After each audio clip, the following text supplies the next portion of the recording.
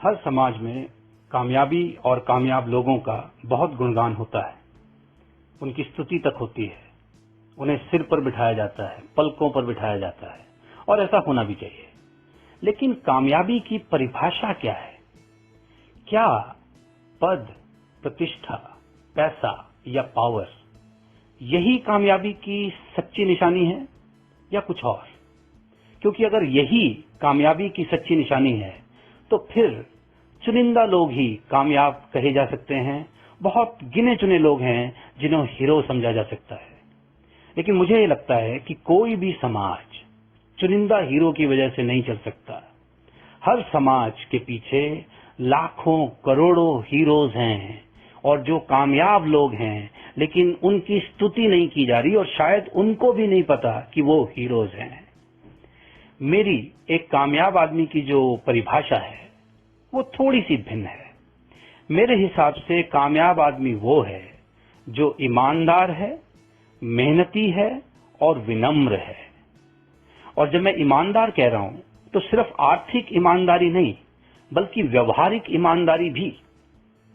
उदाहरण के लिए, यदि मुझसे कोई गलती होती है लेकिन किसी को उस गलती का पता नहीं चला है लेकिन फिर भी मैं अपनी गलती को स्वीकार करूं, वो ईमानदारी का प्रतीक है। और मेहनती का मतलब ये नहीं है कि काम को कठिन बना के करना, ज्यादा समय लगा के करने वाला मेहनती नहीं, बल्कि जो कठिन काम को मुस्कुराते हुए करे वो मेहनती है।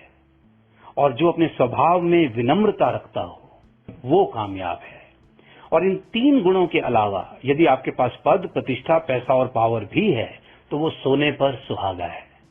मेरी नजर में हमारे देश में करोड़ों हीरोज हैं और मेरे हीरोज की जो निशानी है वो मैं आपको बताता हूं। सबसे पहली निशानी, जो अपनी रोटी ईमानदारी से कमा रहा है, अपने खून पसीने की कमाई से अपना और अपने परिवार का पेट भर रहा है, वो हीरो है, चाहे उसकी आमदनी कितनी भी हो।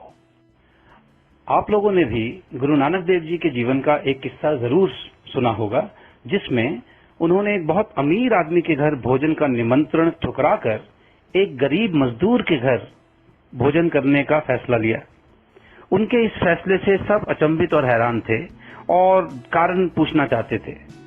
तो उनका शक दूर करने के लिए गुरु नानक देव जी ने एक हाथ में उस गरीब आदमी की बासी रोटी और एक हाथ में उस अमीर आदमी के घर के व्यंजन रखे। और जब उन्होंने अपने दोनों हाथों की मुट्ठी को निचोड़ा तो उस गरीब आदमी के भोजन से दूध की धार और सुगंध बह निकली और उस अमीर आदमी के रोटी में से खून की धार बह निकली। इस कहानी का तात्पर्य यही है कि ईमानदारी से कमाई रोटी बेईमानी से कमाए गए धन से बहुत अति उत्तम है। तो मेरे हिसाब से जो आदमी इतने लोभ और लालच की दुनिया में अपने आप को और अपने परिवार को ईमानदारी की रोटी कमा के लाता हो, उससे बड़ा कोई हीरो हो नहीं सकता, आमदनी चाहे उसकी कुछ भी हो। जो अपने माता पिता को सम्मान देता है, अपने बूढ़े माता पिता को इज्जत के साथ अपने साथ रखता है या उनके साथ रहता है, वो हीरो है। जो अपने से कमजोर की मदद करता है, ना कि उसकी कमजोरी का फायदा उठाता हो, वो हीरो है। जो अपने बच्चों को संस्कार देता हो, भले ही कार ना दे पाए, वो हीरो है। जिसकी सोच ज्यादा से ज्यादा लोगों की सेवा करने की हो, वो हीरो है। जो अपने जीवन के हर अनुभव को परमात्मा का प्रसाद समझकर स्वीकार करता हो, वो हीरो है। जो अपने हक से अधिक प्राप्त करने की कामना ना करता हो, वो हीरो है। मेरा कहने का तात्पर्य ये है कि ये कुछ चुनिंदा कामयाब लोगों की स्तुति गान हम जरूर करें, परंतु इन करोड़ों हीरोज को अनदेखा ना करें जिनके कारण आज ये देश चल रहा है। ऐसे करोड़ों किसान, करोड़ों मजदूर जिनका खून पसीना इन बड़ी बड़ी इमारतों में लगा हुआ है, ये फल बेचने वाले, ये सब्जी बेचने वाले, ये दूध बेचने वाला, हमारा रिक्शा चलाने वाला, हमारा बस ड्राइवर, ऑटो ड्राइवर्स, आप सोचिए ये करोड़ों लोग हैं जो अपने काम को, अपनी जिम्मेदारियों को मुस्कुराते हुए, कम धन प्राप्त होने के बावजूद अपने काम को ईमानदारी से कर रहे हैं और विनम्रता का जीवन जीते हैं और कुछ चुनिंदा लोगों को फिर हीरो बनाकर अपने सर माथे पर बिठाते हैं।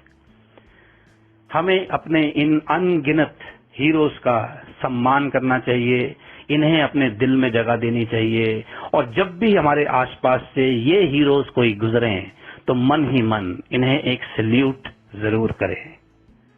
मैं बड़ा खुशकिस्मत हूं कि मैं उस देश में हूं जहां करोड़ों ऐसे हीरो हैं जिनकी ईमानदारी के कारण, जिनके संस्कारों के कारण, जिनकी मेहनत के कारण और विनम्रता के कारण ये देश सदा से फलता फूलता रहा है और ऊपर वाला चाहेगा आगे भी फलता फूलता रहेगा।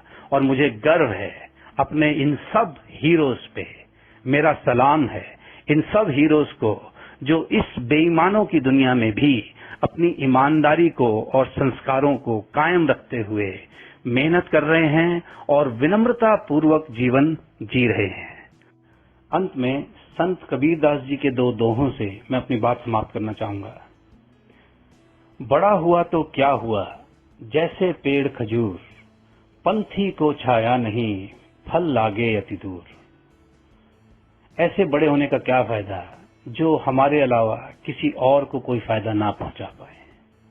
और दूसरा, साईं इतना दीजिए जामे कुटुंब समाए, मैं भी भूखा ना रहूं साधु भी भूखा ना जाए। जो इस सादगी और विनम्रता से, इस ईमानदारी और मेहनत से अपना जीवन जिए वही असल मायने में हीरोज हैं।